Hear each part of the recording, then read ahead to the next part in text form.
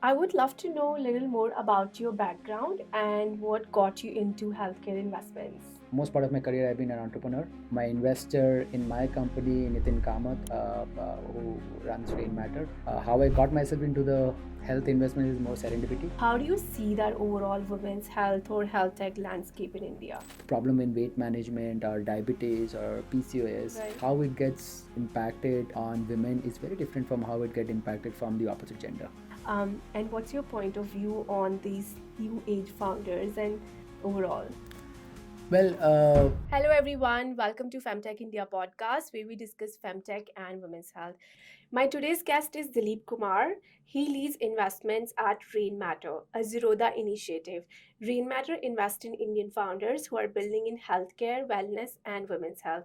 In today's episode, we will discuss healthcare landscape in India, especially women's health, also opportunities and gaps, and what needs to be done. Hi, Dilip. Welcome to Femtech India podcast. How are you doing today? thank you very much. Excited to be on the podcast. Thank you to invite me on the podcast. I would love to know a little more about your background and what got you into healthcare investments. Sure. So my background, most part of my career, I've been an entrepreneur. Right. Build companies and startups in different spaces. My last company was in the health space. How I got myself into the health investment is more serendipity. My investor in my company, Nitin Kamath, who runs Rainmatter, Right. he asked me to come over and join him in the fund because I pulled the plug on my last company, and I didn't know what to do after I had shut my last company, and this perhaps looked an exciting opportunity to build something, Right. and that got me into health investment. Great, that's amazing. And what was your previous company in health? Yeah, so we were trying to build an online streaming platform to stream classes on fitness, yoga. Right. So this slightly pre-pandemic. We didn't know that the future would have a pandemic. Right. Everything went online. It was good for us. We kind of built a Zoom equivalent of fitness Right. exclusively for trainers who can stream their online classes. But as pandemic shut down and things started moving back to the normal world, um, it didn't kind of make sense for the product to exist because we didn't see much of growth happening, and we Right. decided to pull the plug. That's great. And I also know that you are quite passionate about health overall, right? And tell me more about what helped you shape your journey. You had a major transformation overall in your personal journey, right? And I would love to know a little more because most of the founders actually we're always building and we don't really take care of our health. Yeah, I mean, look, there's a lot to say about how I got myself into health personally, but I've written about this online quite a few times. Right. As we get, regardless you're a founder or not, as we get into mid-age, health doesn't really become a priority because for some it's midlife crisis, but for some it's life happens. Right. For me, it was just that same. Health was not a priority, but there was a moment in time where I started seeing that almost 50-60% of what I was earning was going into my healthcare expenses. Um, and I was a founder, and like early stage founders, you anyway don't earn a lot. But even Right. with whatever limited I was making for myself, almost half of it I was spending in my healthcare expense. So that was Right. a shocking and a eureka moment for me to realize that it just doesn't cut out to live a life like that. So I had to take a pause, kind of do a lot of introspection, and then kind of start building a new 2.0 version of myself, Right. which is more aware of how I can be physically and mentally healthy and fit. Right. So that was that one eureka moment, and then I started becoming very conscious and passionate about the subject itself, and that led me to build my last company, Right. and I continue to be fairly interested in the topic, and that's why I'm excited to do what I do at Rainmatter now. Yeah, now you're helping build more founders in healthcare, right? Yeah, I Yeah. mean, I don't think I am helping, but in some sense, try to be supportive. Founders come with their own ideas, what they Right. want to solve for. I think my job is largely to cheer and support them in whatever we can. But yeah, Right. excited about the space. No, of course. And I think the overall healthcare, and we talk about women's health also, it's quite new, it's just progressing now, right? But how do you see that overall women's health or health tech landscape in India? Yeah, I mean, look at it in two ways. One is that healthcare innovations itself has been largely very generic, which is more to do in a curative sense. So, Right, once you find yourself in a point of illness, you would try to seek out a doctor intervention, and then, pharmaceuticals and medicines and all of that gets involved. Uh, that is moving for the past maybe say 4 to 5 years, right, and pandemic of course accelerated that. A lot of focus has gone in preventive health. right, Women health in particular has taken up a shape over the last few years in particular, I would say, largely because you can't generalize um, healthcare to everyone. Like right, women, of course, from a gender point of view, would have a very specific problem statement. right, Uh, Also, even in general, if you look at an problem in weight management or diabetes or PCOS, right, how it gets impacted on women is very different from how it get impacted from the opposite gender. right, And then lot of changes as you age, right? So I think from that sense, uh, we are seeing a lot of interesting innovations and entrepreneurs trying to solve for women health in particular. right, uh, and therefore I think it's a good time because from a consumer point of view, there is awareness to adopt solutions. right. There is also an awareness to pay for solutions, uh, and it's only going to increase. So I think it has evolved a lot as a landscape. No, absolutely. We can definitely see the shift towards preventive care. Women are adopting it and they're paying for it as well, Yeah. right? So this is absolutely the right time to build in this space right now. So you've mentioned about your personal journey, right? So is there anything you want to highlight that has changed your approach towards healthcare overall and that has shaped your experience? Yeah, like I just said, back in the days, I think it still exists that when you are in the inside the company, you have to pay at the end of the year. You have to submit your medical bill because there is a medical reimbursement, a medical claim which amounts to a certain amount. So therefore, you have to submit your medical bills to Right, understand to claim that amount, right? So I was at that point when the my accountant asked, "Hey, why don't you give your medical bills?" And I started collecting medical bills, and I realized that I was four times what the quantum amount is. I think it's some 15-20,000 rupees, and I had over four times of that. right, And that was a shocker moment for me. And when I started building, I mean, I have an engineering background, so I started looking at the data, and I realized right, that almost every organ, head to toe, I had a consultation with the doctor on that particular 1 year. right, So that was shocking, and that was that moment of pause for me to realize that it just doesn't make sense. right. And the next day, it was all about trying to figure it out and start a new inning. Yeah, but can you also give like few tips that someone who's maybe struggling and trying to make that switch, how can they do that? Ah, Make it easy. yeah, it's very hard for someone who is struggling because I think health advice and health information is very complicated. It's complicated today. Right, There are people who also have a vested interest to make it further complicated. Uh, I think very simple is to just get three things right. Get some movement, right, any sort of physical movement.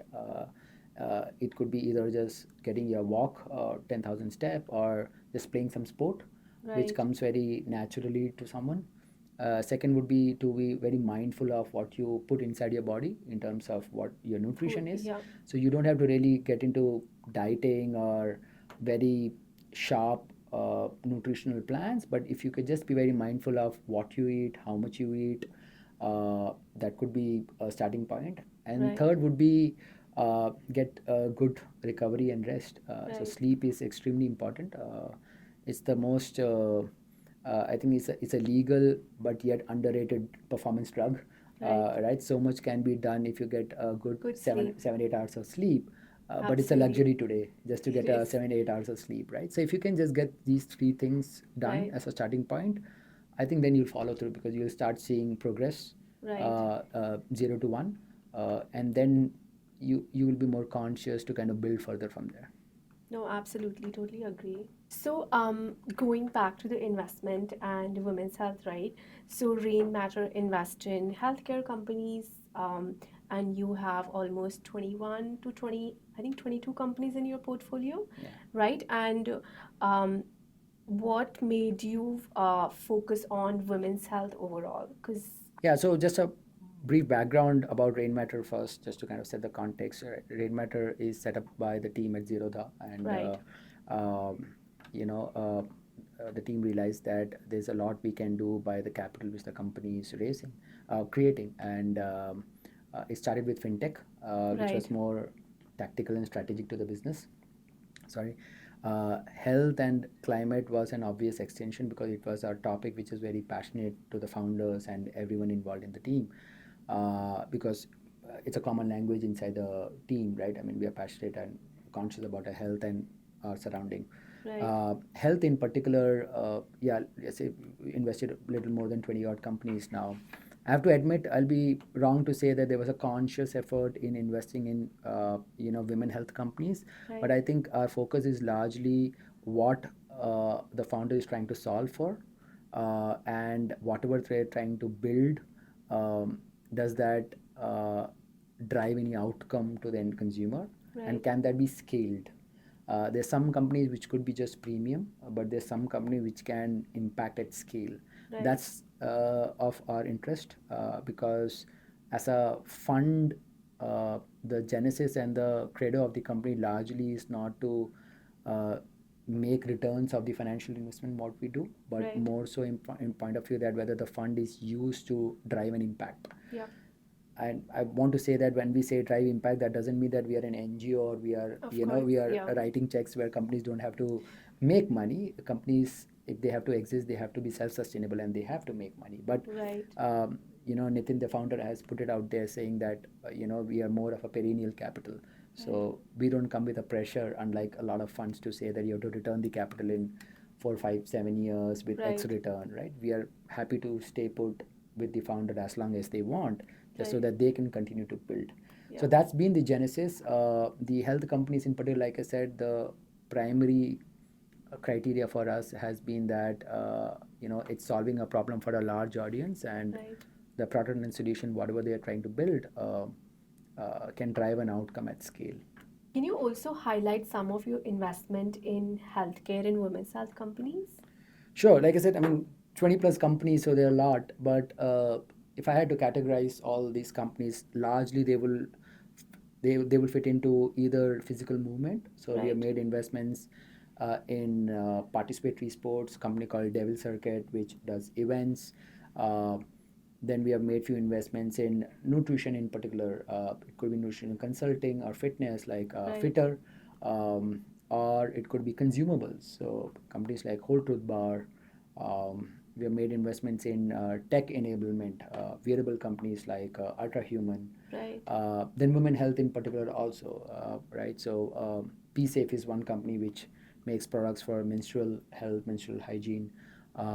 Gayatri, another company which is focusing specifically on women health, building solutions and programs which are very tailored to women in particular. So right. I think the underlying theme across all our companies goes back to the three recommendations I made. A, make movement Right. enablement, get right food, and then sleep and recover better. So mostly all the companies fit into those bracket.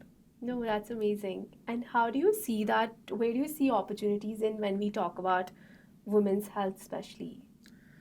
Um, no, look, there are massive opportunities. I think it really depends on if there's an entrepreneur who's listening or someone who generally want to build for something. I think the Right, opportunities lies across multiple um, spectrum of the pyramid, right? So you can go really on the top and try to build for a small segment which has a high propensity of paying Right. for a problem statement.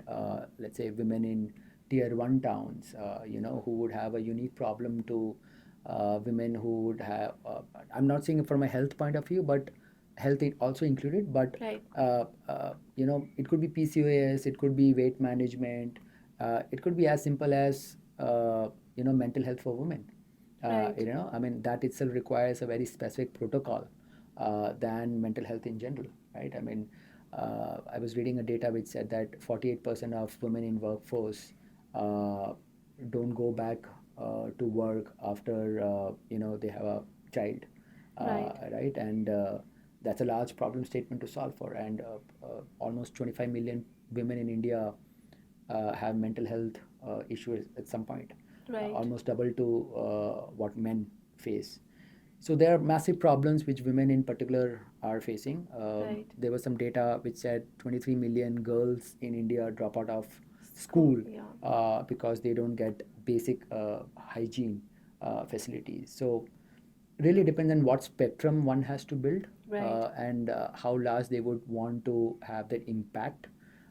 You could build a niche small business for uh, women in CXO roles and solving problems only for them as a Right. health concierge service. Or you could, like I said, go to this large 25, 30 million young girls who don't have facilities for better hygiene, and therefore they are not able to pursue their career further, right? So Right. I think the opportunities lies across. What's more important for entrepreneurs is to really dial down who their target audience is, and more importantly, try to build a product which can really drive a outcome, and not just kind of just say we're trying to solve for something. It has to drive an outcome.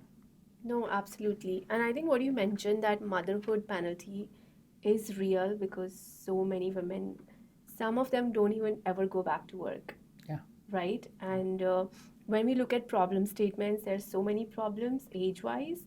And I think, of course, if you have a right product market fit based on your users, and of course, India is very huge. um, every state feels like different country, right? Yeah. So there are a lot of culture barriers too. So really have to work on your user understanding, and with right price strategy could be a really scalable. But of course, women's health is more of impact driven too. So what you're trying to solve and to serve the community is something it really matters, right? Yeah, so sometimes even every pin code is very different market, Right. right? I mean, we are right now sitting in Bangalore, so a South Bangalore and North Bangalore behaves very differently, right? So I didn't know that. yeah, I mean, Yeah. I'm saying from a cultural nuance Yeah. point of view, right? Therefore, Right. like in some part of the city, quick commerce would be highly adopted. Right. Some part it is not. So I also spent some time in Delhi. So when I go to Delhi, the core Delhi quick commerce is not as adopted, because they still want to walk out and get to a close grocery shop and Right. pick up a vegetable, touch and feel, negotiate, and then get it back. Get that. Yeah. But when you go to the suburban areas, NCR, Gurgaon, Noida, adoption of quick commerce is much higher there. So I think the behavioral, and I think that's unique and also complicated about our country, Right. because Yeah. of course 1.4 billion people, but there are so many varied segments of audience, and therefore you just can't say that you're building for 1.4 billion people. There are different Right. markets inside. So Of course. sometimes I feel just few pin codes itself can be a large market opportunity, because that put together, like a white field alone would be few countries of Europe, Yeah, right? absolutely. Uh, so I think those could be very interesting ways a founder would have to think through when they're trying to build something. Yeah. But do you see that as a problem statement, or like, No, I mean, I don't see. Look, it really depends. It can be a problem also, because right? you're not trying to build something which is naturally getting adopted to everyone in a very generic way. Right. But it can also be an opportunity, because that would also mean that you can move very fast to a different criteria. So if you really want to build someone for, someone who's taking care of the household, Right. That could itself be an interesting market, and you can find an area where there are more women, who are managing household, than looking and going to a suburb area where there are larger number of women who go back and come back from office, right? Right. So workforce women would be very different for women who are managing their household. So I think more than a problem statement, I feel it's an interesting opportunity for entrepreneurs because there's so many different cohort of target audience they can build for, and Right. so they can iterate and they can move fast on their product building. No, absolutely. And we were also talking about opportunities, right? And what do you see? What are the gaps in healthcare and women's health overall, if we talk about the market?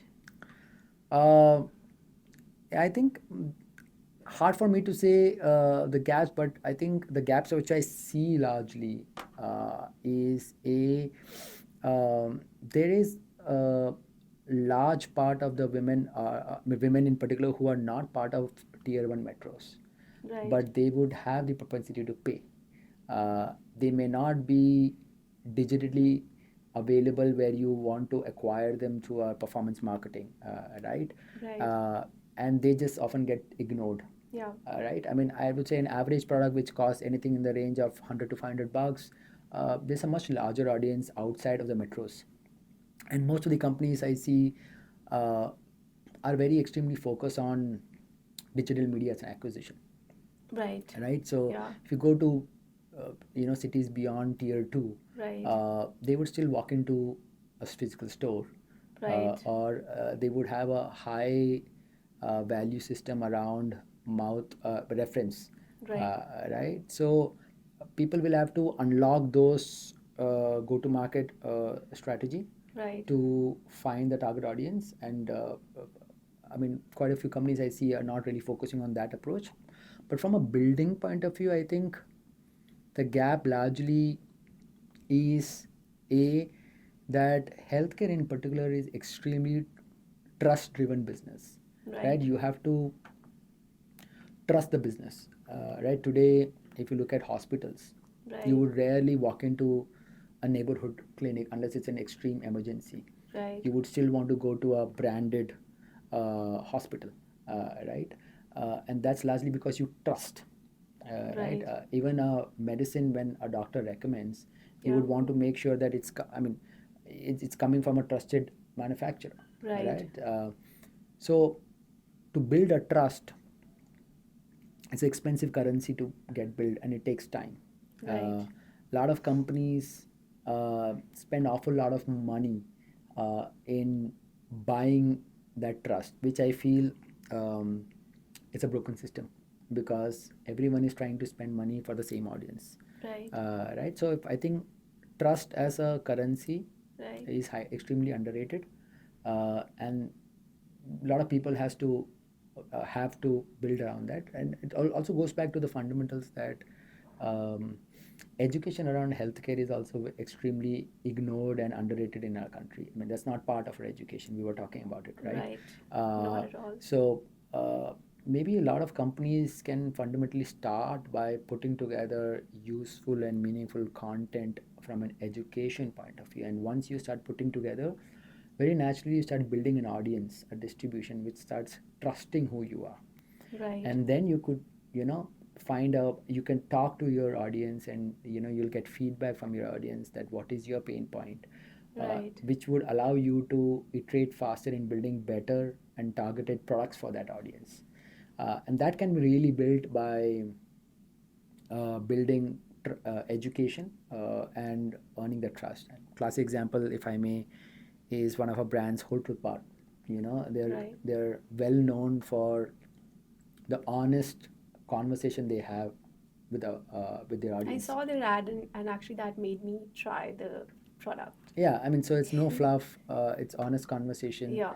uh, and essentially what you're trying to educate the user. Hey, Right. what's inside my product, and But not it's really. actually really good product, honestly. Yeah, I mean, so both has to work. I mean, you can't Exactly. do a great marketing and have a crappy product. So Exactly. you have Right. to build a very good product, Yeah. and you have to do a very good job in putting together a story about why the product exists, Right. and that has to come through educating the user. I think that's a very underrated marketing tool which mostly people don't do or ignore. So yeah, I Right. mean, I think there's an opportunity for people to build on that.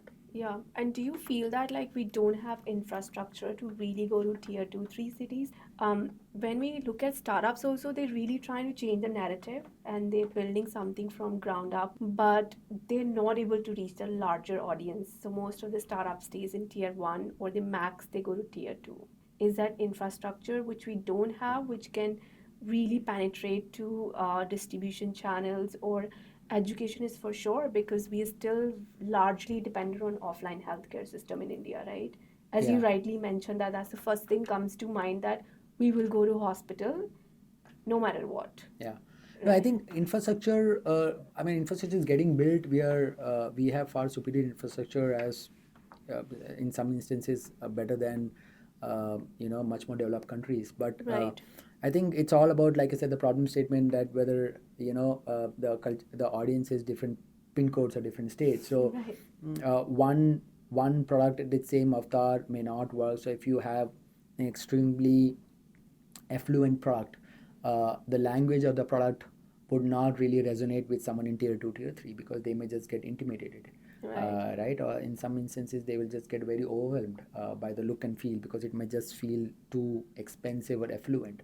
Right. But maybe the price point might just make sense for them. So they may not Right. even attempt to take the product to the cart or even flip the product to look at the price because sometimes it just, the look and feel is too posh. Right. But at the other side, even the pricing for that matter sometimes, right? I mean, in let's say a menstrual pad in particular, a product like that, there would be high propensity in uh, tier 1 cities to buy someone for a reusable pad. But Right. when you go to tier 2, tier 3, maybe they may not, and they're okay, and because they may not have the awareness.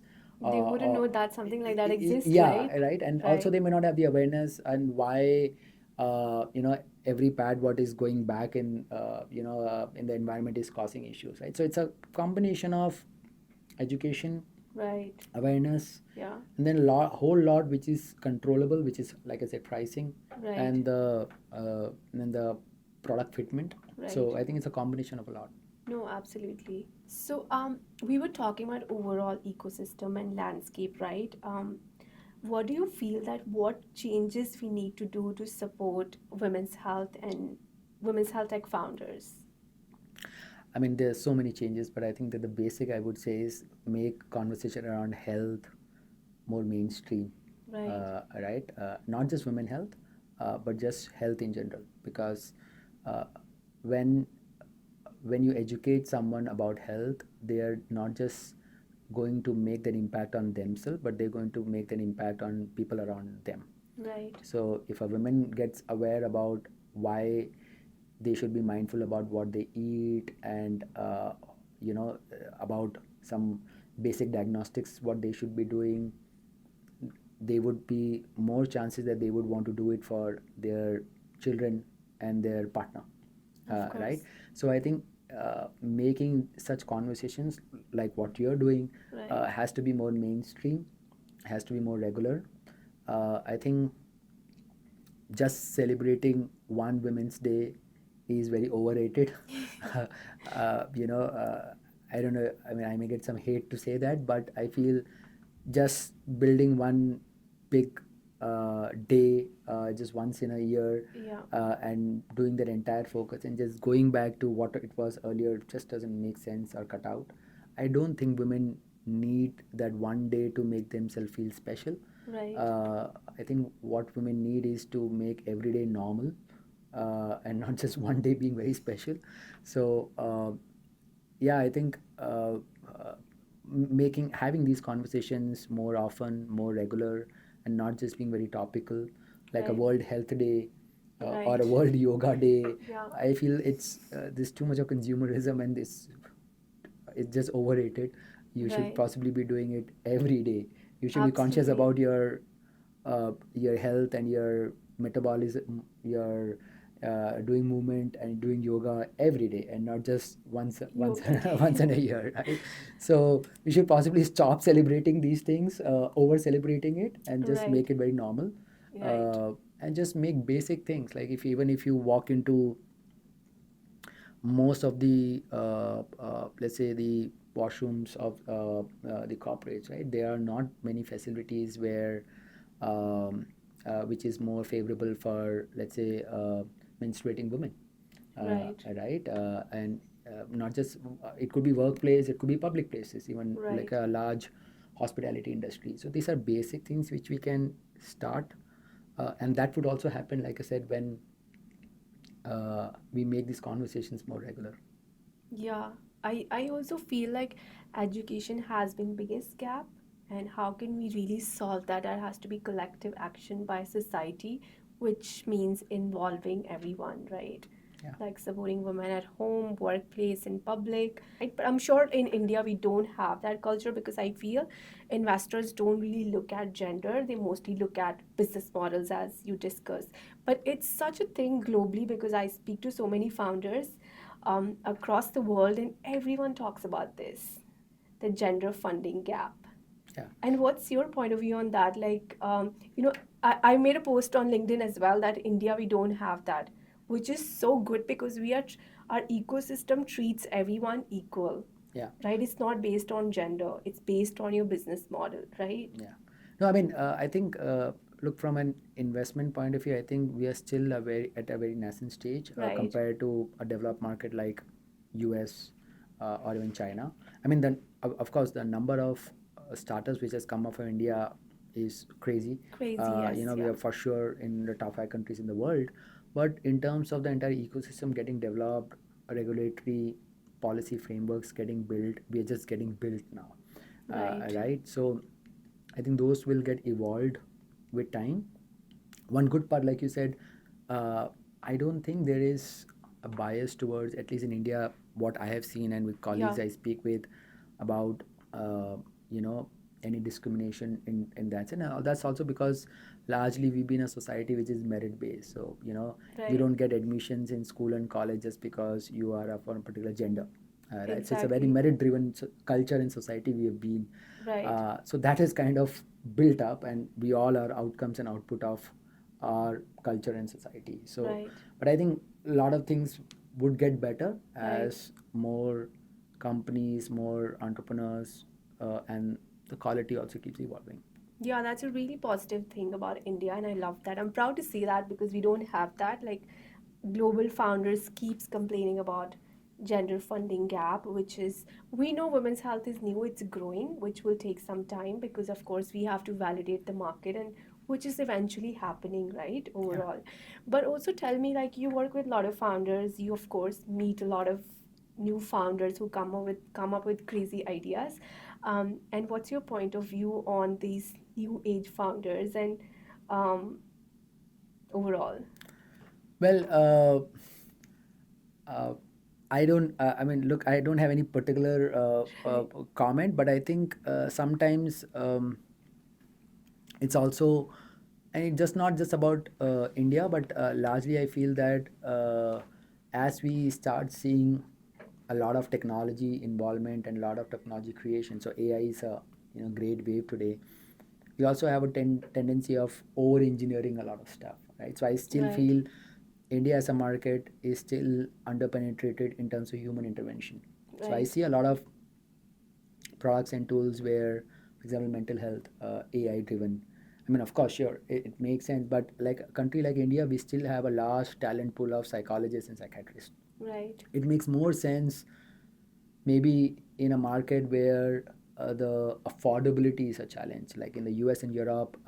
Getting an hour from a trained psychologist or a psychiatrist for a counseling session is super expensive. it is, yeah, So that makes sense where you can uh, democratize it using AI. But in India, we have a large talent pool still, and we are not even right, utilizing it, right? So right, I think there are instances where it just gets over engineered.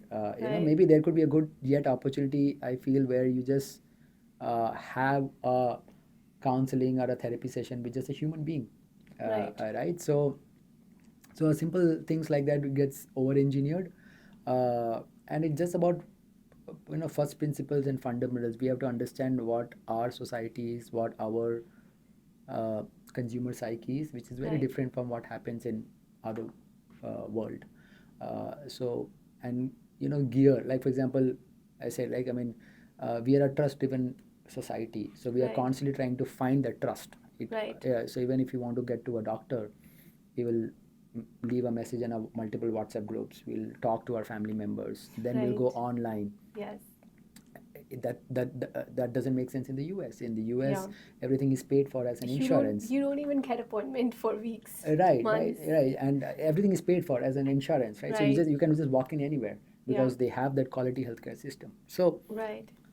a lot of things what is getting built in India, I would love to see when they are very tailored towards the Indian audience Yeah. psyche, um, and then build from there.